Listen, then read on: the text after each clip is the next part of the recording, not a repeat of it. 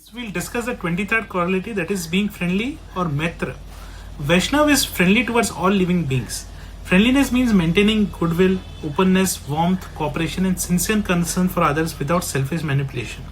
True friendliness is not superficial flattery. It arises from seeing others as spiritual souls rather than competitors or enemies. The material world often promotes rivalry, suspicion, envy, and division.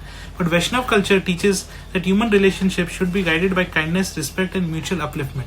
A friendly person creates trust and harmony. A hostile mentality creates fear and conflict. In law, society functions properly only when there is some degree of social trust, cooperation, and civilized interaction.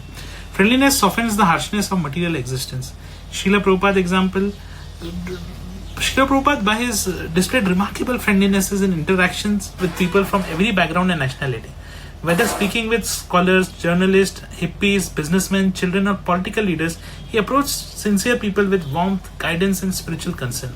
His friendliness was not based on social status or material qualification. He welcomed people into devotional life and patiently encouraged gradual transformation. Prabhupada's ability to create spiritual communities across cultures reflect genuine Vaishnava friendliness. Friendliness rooted in spirituality becomes universal rather than selective. Chaitanya Charitamrita pastime.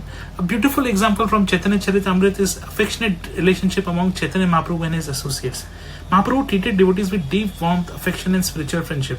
Whether interacting with Nityananda Prabhu, Advaita Acharya, Sarup Damodar, or ordinary devotees, his dealings reflected genuine affection and care. Another powerful example is Mahaprabhu's friendliness towards even socially rejected or fallen individuals, welcoming them to chanting of Krishna's name. This reveals that Vaishnava's friendliness is inclusive and spiritually transformative.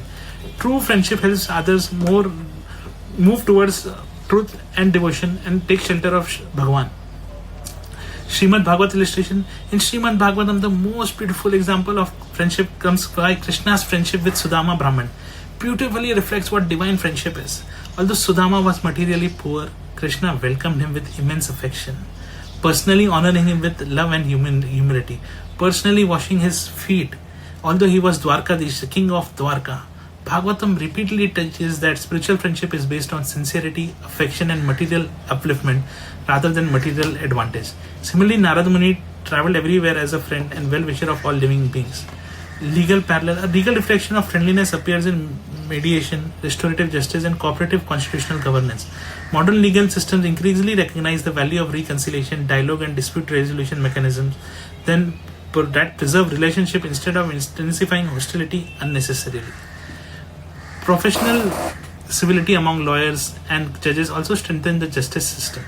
Without basic goodwill and cooperative spirit, institutions become adversarial and unstable. Friendliness promotes social harmony and trust.